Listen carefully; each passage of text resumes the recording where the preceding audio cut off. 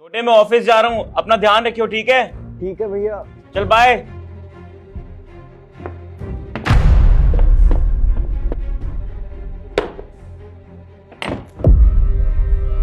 लगता है भैया चले गए।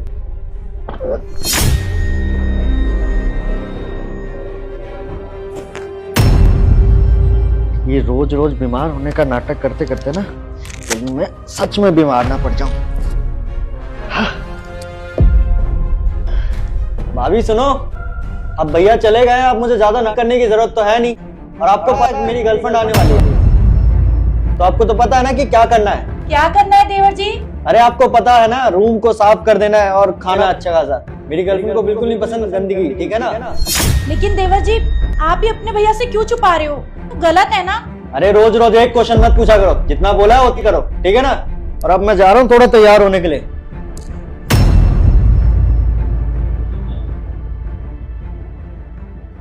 देखा आपने, मैं आपको कब से ये बताने की कोशिश कर रही थी, लेकिन मैंने सोचा आप मेरी बात पे भरोसा नहीं करेंगे, इसलिए मैंने कहा आपको ये सब करने के लिए।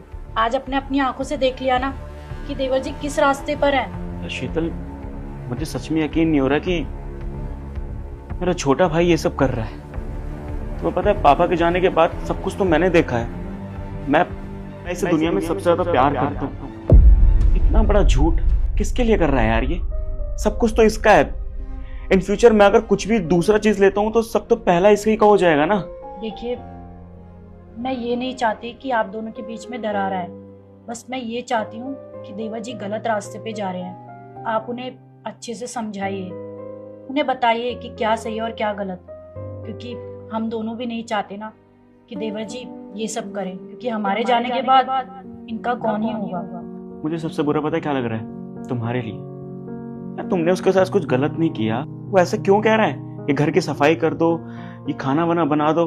उसकी गर्लफ्रेंड मैं शादी करके तुम्हें इस घर में इसलिए लाया था कि उस बेचारे को माँ का प्यार मिल सके, क्योंकि मैंने तो देखा है माँ को, लेकिन बेचारा देख नहीं पाया था। लेकिन इतना कुछ सब बुरी संगति की वजह से। अब सब कुछ अगर मेरे सामने आ गया ना, इसको माफ नहीं करूंगा मैं। वो शौक है ना, झूठ बोलने का। इसे सबक मैं सिखाता हूँ। देखो, जो भी करना ना सोच समझ के करना, गुस्से में आके कोई गलत फैसला मत कर लेना।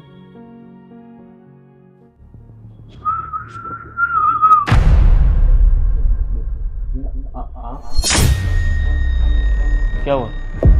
परेशान हो गया तो या फिर कुछ ढूंढ रहा है तू? एक मिनट, ये या फिर ये हो सकता है? हैं? ले पहन ले, दर्द हो रहा होगा ना तो पहन ले। पहन देख क्या रहा है।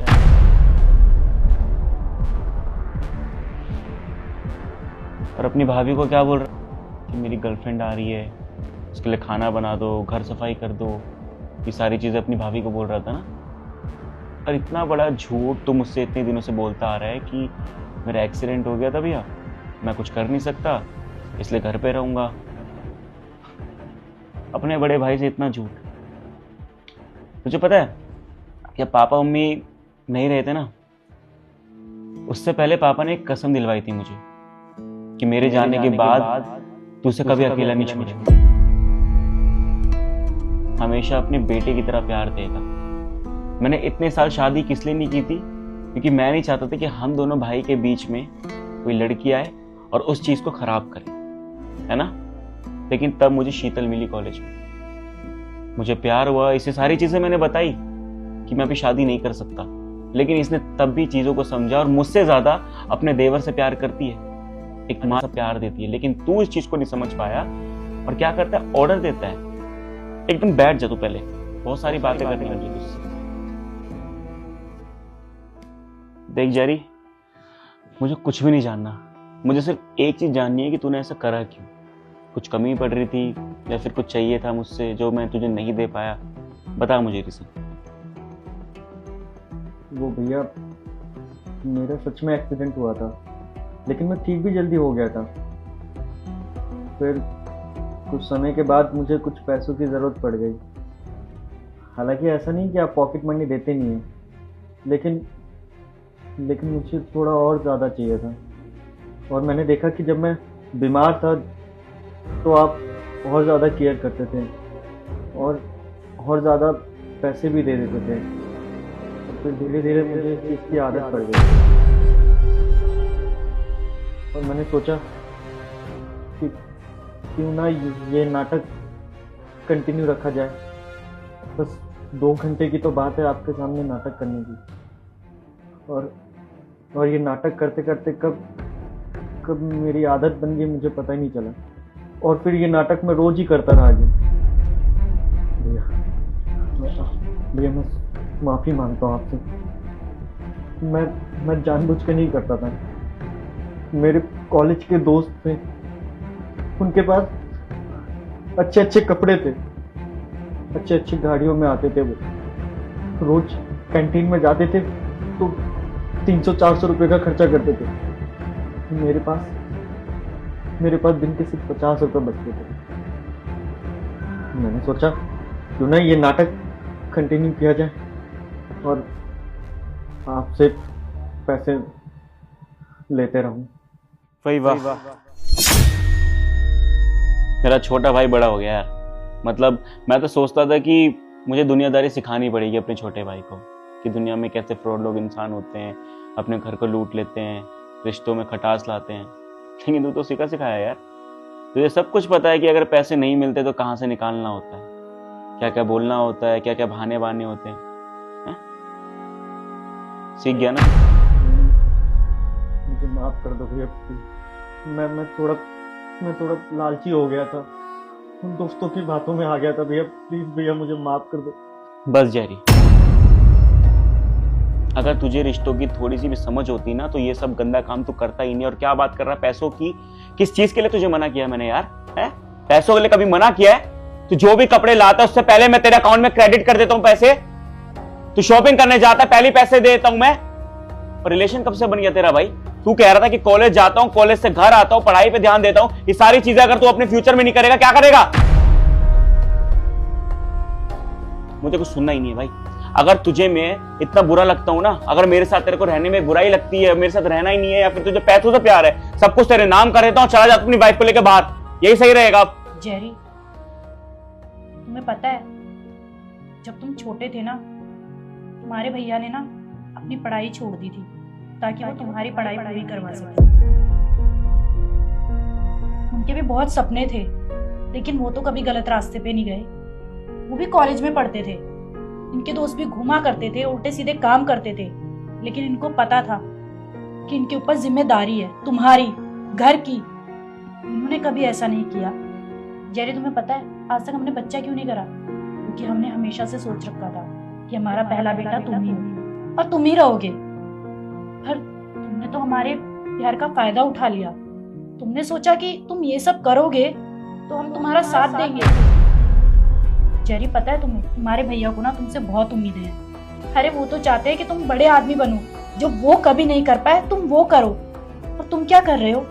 तुम अपने दोस्तों की चकाचौंध में अपनी असली पहचान खोना चाह रहे हो। तुम ये चाहते हो कि जैसे तुम्हारे भैया ने झेला वैसे तुम झेलो। भैया बस मुझे एक मौका और दीजिए। मैं अपनी सारी गलतियां सुधार लूंगा भैया। भाभी मुझे एक बार माफ कर दो। मुझे नहीं पता था कि आप लोग मुझसे इतना प्यार करते हो, आप लोग मेरे बारे में इतना सोचते हो। राजा देखो, मुझे लगता है जेरी को अपनी गलती का एहसास हो गया है। उसे माफ कर दो, आगे से वो ऐसा कभी नहीं करेगा। मैं जानती हूँ उसे। मेरे कहने से माफ कर दो प्लीज। देख लिया, जिस भाभी के लिए तू इतना गलत बोलता था ना, वही औरत आज तेरे लिए लड़ रही है। तो समझ नहीं आएगा ना, हमारे कहने पे माफी दे देता हूँ मैं, बात नहीं, लेकिन अच्छी तरीके से माफ तो नहीं कर पाऊंगा, क्योंकि आज मुझे दर्द हुआ है। मेरा भरोसा तोड़ा है तूने, और उस भरोसे को बनने में ना बहुत टाइम लगता है बेटा। माफी तो दे दूंगा, लेकिन कब ढंग से बात करूंगा ये मुझे नहीं पता। बाकी तेरी जिंदगी भाई, तूने अपने फैसला ले लिया तो ले ले। भैया जेरी, तुम्हारे भैया ना तुमसे बहुत प्यार करते हैं, और जो तुमने आज किया है ना बहुत गलत किया। तुमने उनका भरोसा तोड़ा है। देखो, जाके उनसे माफी मांगो और उनको बोलो कि तुम आज के बाद कभी ऐसा नहीं करोगे। जाओ, बड़े भैया हैं, माफ कर देंगे। शुक्रिया बाबा, सॉरी।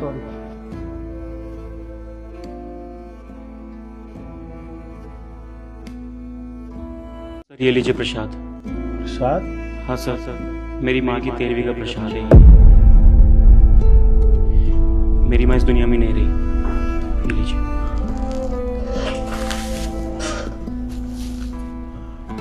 पर ज्योति ने तो बोला था कि राजा की मम्मी बिल्कुल ठीक है। सर कैसे ठीक रहेगी, वो इस दुनिया में है ही नहीं तो ठीक कैसे रहेगी। और आपसे मैंने पैसों के लिए मदद मांगी थी, कहा था मुझे 50,000 रुपए दे दो हॉस्पिटल में जमा करने, लेकिन आपने मुझे क्या दिया, 15-20 हजार रुपए। उस पैसों में क्या हो जाता है? और जितने पैसे तुमने मांगे थे मैंने वो पूरे पैसे ज्योति को दिए थे। और मैंने उसको ये भी बोला था कि वो पैसे राजा को देना है, उसकी मम्मी की तबीयत खराब है। और उसने मुझे ये बोला था कि मैंने पैसे दे दिए राजा को, और मैंने उससे काफ़ी बार पूछा भी है। और उसने मुझे बोला कि राजा की मम्मी बिल्कुल ठीक है और वो घर आ चुकी है। अच्छा राजा, तुम एक काम करो, तुम ना जाओ, जब मैं तुम्हें बुलाऊंगा ना जब तुम आ जाना। जी सर।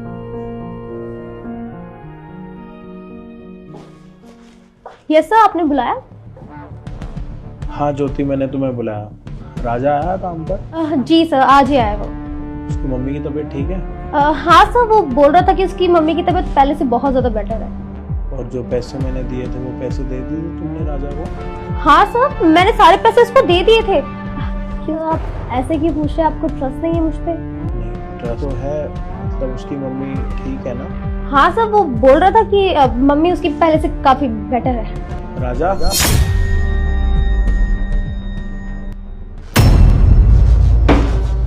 जी सर।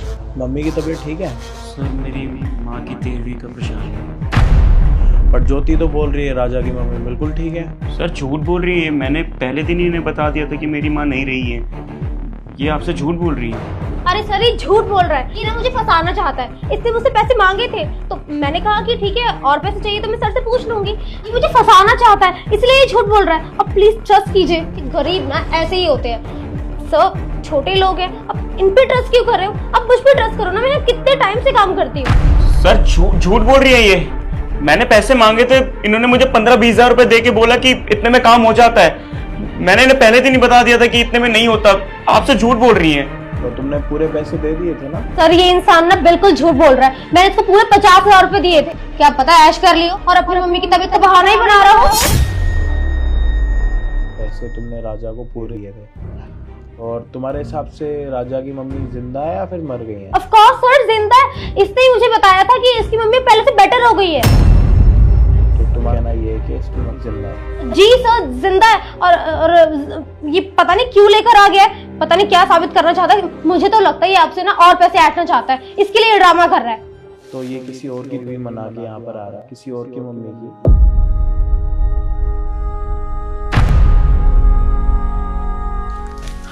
अभी भी बोलना है कुछ? सर मैं कुछ समझी नहीं। तुम समझोगी भी नहीं। चोर कभी चोरी करके बताता है कि मैंने चोरी करी है? तुमने तो वही काम करा, तुमने किसी की माँ से छीनी है। जब डॉक्टरों ने साफ बोल दिया था उसको 1000 रुपये मिलेंगे, उसके बाद उस माँ का इलाज चालू होगा, तुमने वो पैसे क्यों चोरी करे? सर मैंने कोई चोरी नहीं करी, ये झूठ बोल रहा है, ये फंसाना चाहता है। प्लीज ट्रस्ट कीजिए मुझ पे। अरे बस करो ज्योति, कितने झूठ बोलोगी। ये रहा जहाँ पे तुमने इसको बुलाया था ना पैसे देने के लिए, इसकी माँ के इलाज के लिए, वहाँ की CCTV देख के आया हूँ मैं भी।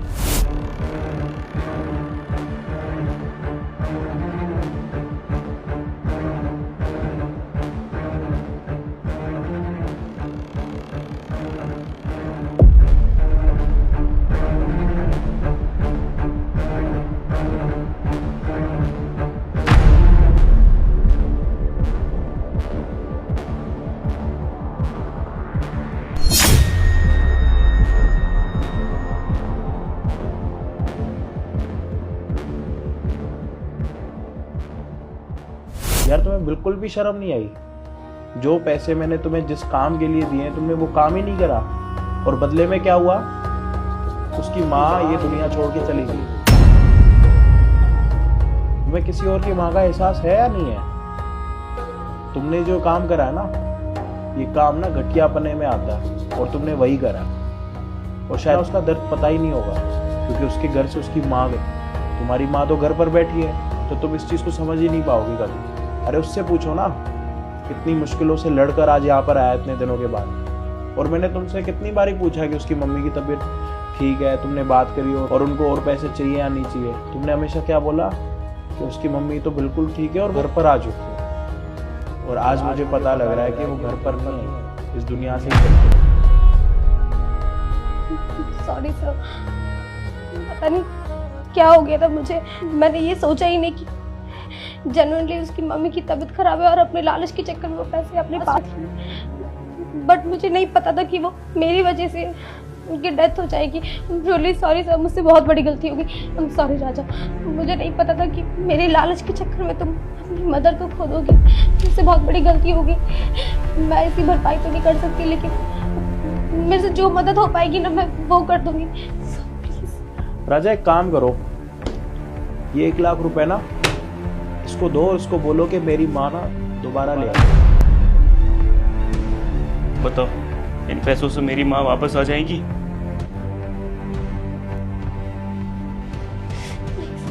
जब तुम उसकी माँ दोबारा ला ही नहीं सकती तो तुम उससे सॉरी क्यों मांग रही हो?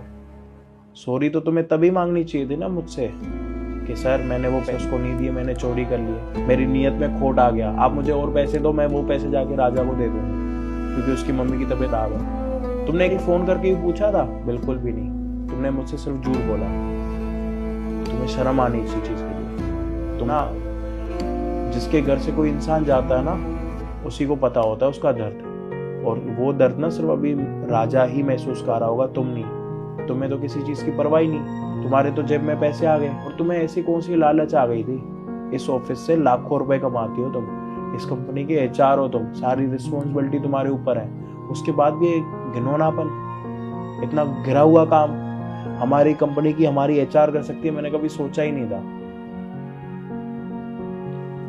और वैसे ना तुम्हारे लिए ये मैंने एक सरप्राइज रखा है, ये सरप्राइज खोल के देखो। तुम्हें इस कंपनी से ना टर्मिनेट किया जाता है। और आज के बाद ना तुम्हें यहाँ पर क्या, इस ये में ना पूरे दिल्ली में कहीं पे भी कोई जॉब नहीं मिलेगी। प्लीज सर, आप मुझे जॉब से मत निकालिए। सिर्फ मेरे पास यही जॉब है और आप जानते हैं कि मेरे पापा की तबीयत सही नहीं है। आप जानते हैं कि उनकी तबीयत खराब है, एक यही सहारा है पैसों का, कोई सोर्स नहीं है मेरे पास। सब मुझे जॉब से मत निकालिए। ज्योति, अगर मैंने तुम्हें इस ऑफिस में रख लिया ना, तुम्हें पता है मेरी कितनी बड़ी बदनामी होगी। जब ये वाली बात पूरे स्टाफ तक पहुंचेगी ना, तो वो मेरे बारे में क्या सोचेंगे। और मुझे ये नहीं पता था कि तुम इतना गिरा हुआ काम कर सकती हो। इस ऑफिस में ना 100 से ज़्यादा लोग हमारे पास काम करते हैं और उनकी सारी सैलरी वगैरह भी तुम ही देती हो। आज ये बात तो मेरे सामने आ गई क्योंकि राजा मेरे पास आ गया खुद ये 13वीं का प्रसाद लेके। अगर ये सामने नहीं आता तो शायद मुझे ये वाली बात पता भी नहीं लगती। और रही बात दोबारा रखने की ना, मैं एक बारी ना राजा से दोबारा पूछ लेता हूँ। राजा, अगर वो पैसे टाइम से मिले तो मम्मी आज हमारे बीच में होती? हाँ सर, डॉक्टर ने मुझसे 5000 रुपये मांगे थे, तभी मैं आप मदद मांगने के लिए आया था। अगर वो पैसे मैं टाइम पे दे देता, आज मेरी माँ मेरे साथ होती। ये दर्द महसूस कर रही हो तुम, जो उसकी आवाज़ में वो दर्द है, तुम नहीं कर पाओगे ना। और शायद अगर ये दर्द तुम पहले महसूस करती तो उसकी मम्मी भी यहाँ पे होती। और वैसे भी ना इस कंपनी के कुछ रूल्स हैं, और वो रूल्स ये हैं कि ना तो झूठ बोलना चाहिए ना तो चोरी करनी चाहिए। तुमने दोनों चीज़ें कर ली, झूठ मेरे साथ बोला और चोरी तुमने राजा के साथ करी, इनडायरेक्टली पूरी कंपनी के साथ करी। अगर मैंने तुम्हें इस कंपनी में दोबारा भी रखा ना, सारी चीज़ें तुम्हारे हाथ में हैं। क्या पता कल के दिन तुम मुझसे बदला लेने के लिए अपनी इंसल्ट का, मेरे करोड़ों का नुकसान करो, तो वो चीज़ तो मैं बर्दाश्त बिल्कुल भी नहीं कर सकता। तो इससे अच्छा यही है कि तुम इस ऑफिस से चुपचाप निकल जाओ। अगर राजा तुम्हें इस ऑफिस से धक्के मार के निकालेगा ना, तुम्हें बिल्कुल भी अच्छा नहीं लगेगा।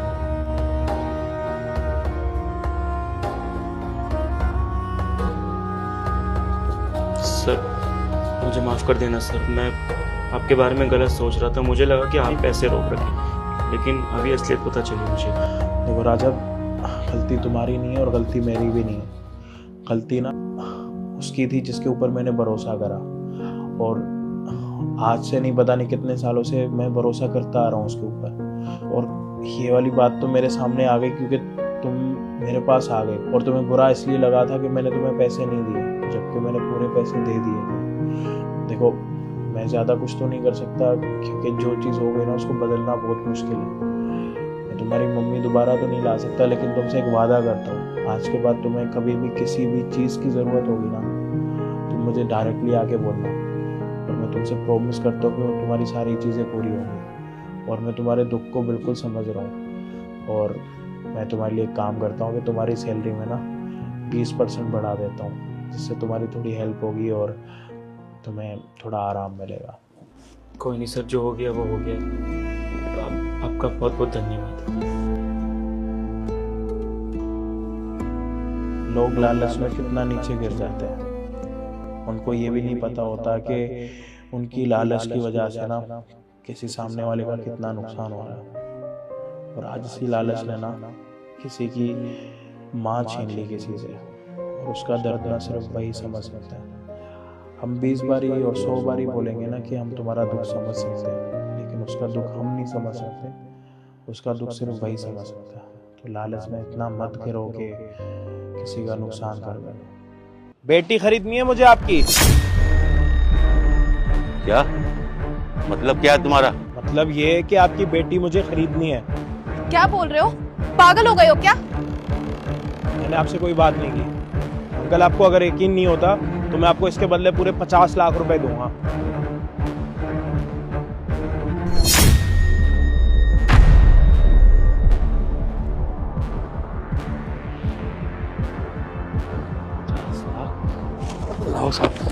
पापा क्या कर रहे हो ये?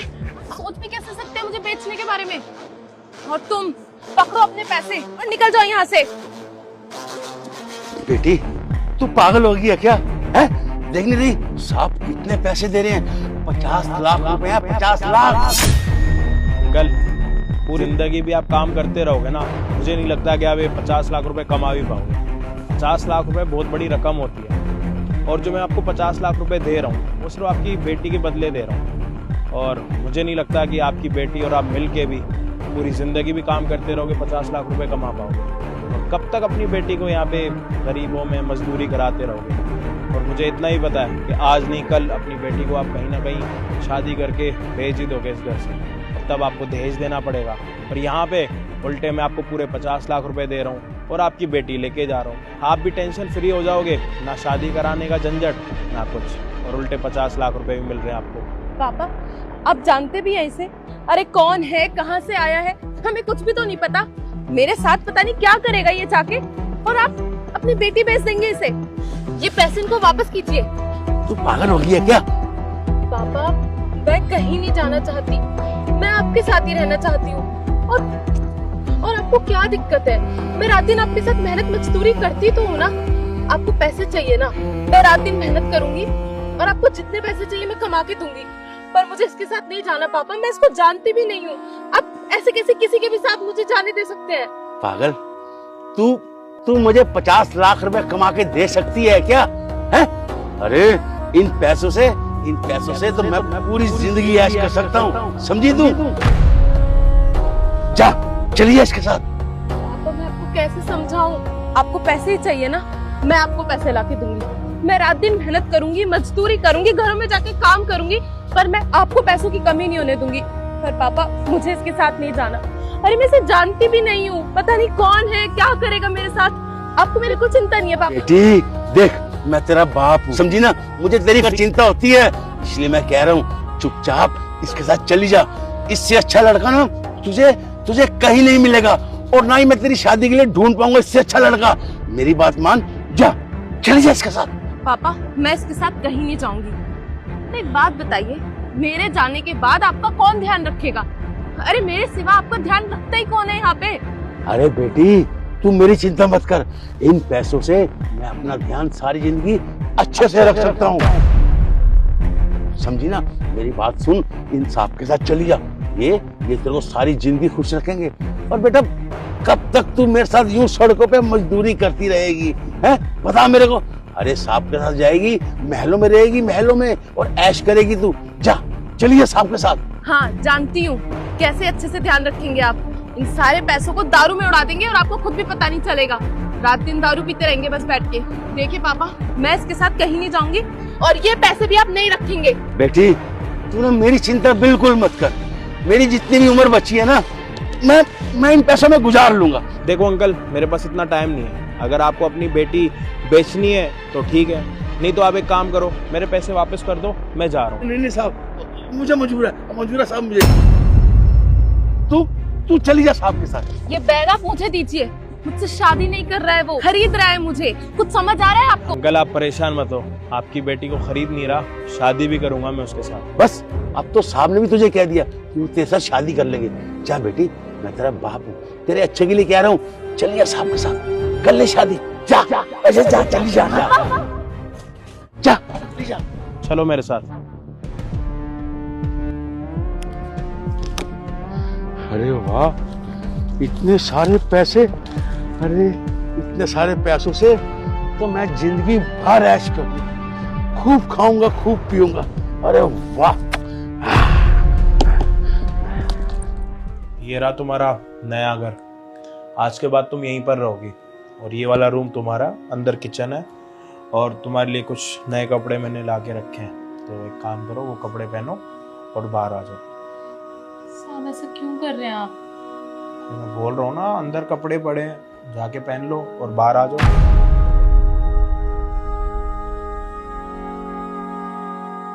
तुम्हें क्या लगता है तुम मुझे मेरे बाप से खरीद के ले आओगे और उसके बाद कपड़े, ये गहने पहनने के लिए दोगे तो मैं तुम्हारे इशारे नाचूंगी?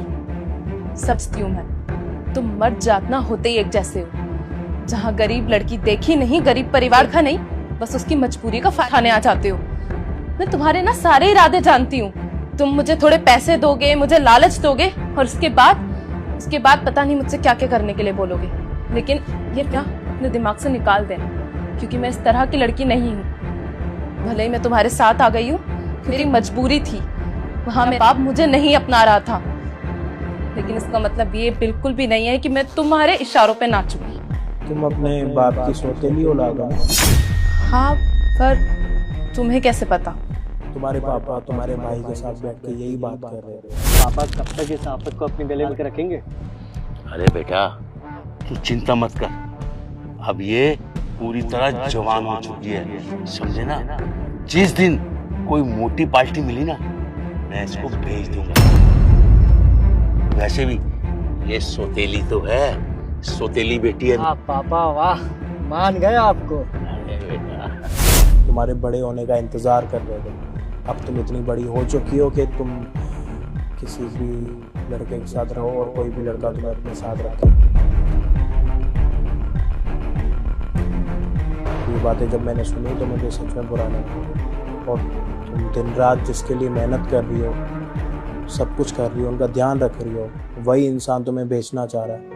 जब तुम अपने सौतेले बाप के लिए इतना लॉयल हो सकती हो, सोचो तुम मेरे लिए कितना लॉयल हो सकती हो। और मैं तुम्हें किसी भी चीज़ की ना ज़बरदस्ती नहीं कर रहा, तुम्हारा जितना मन करे जितने टाइम तक इस घर में रहने के लिए रह लो, क्योंकि मैं भी किसी अच्छी लड़की की तलाश में था। क्योंकि इतना पैसा देख के ना बहुत सारी लड़की मिल जाएंगी, लेकिन घर को घर बनाने वाली लड़की ना बहुत मुश्किल से मिलती है। जब तुम्हें मेरे साथ अपनापन लगेगा ना, तब तुम शादी के लिए जब बोलोगी, मैं तब तक तुम्हारा इंतजार करूंगा। उससे पहले मैं तुम्हें कभी बोलूंगा भी नहीं कि तुमने शादी के बारे में क्या सोचा, या फिर किसी भी चीज की ना जबरदस्ती नहीं करूंगा, प्रॉमिस। और घर तो तुमने देख ही लिया, सामने वाला कमरा तुम्हारा, किचन तुमने देख लिया। जितना टाइम तुम्हारा मन करे तुम रह सकते हो, और तुम्हारा अगर मन बाद में बदल जाए तो वो भी बता दो। और अगर तुम्हारा मन करे शादी करने में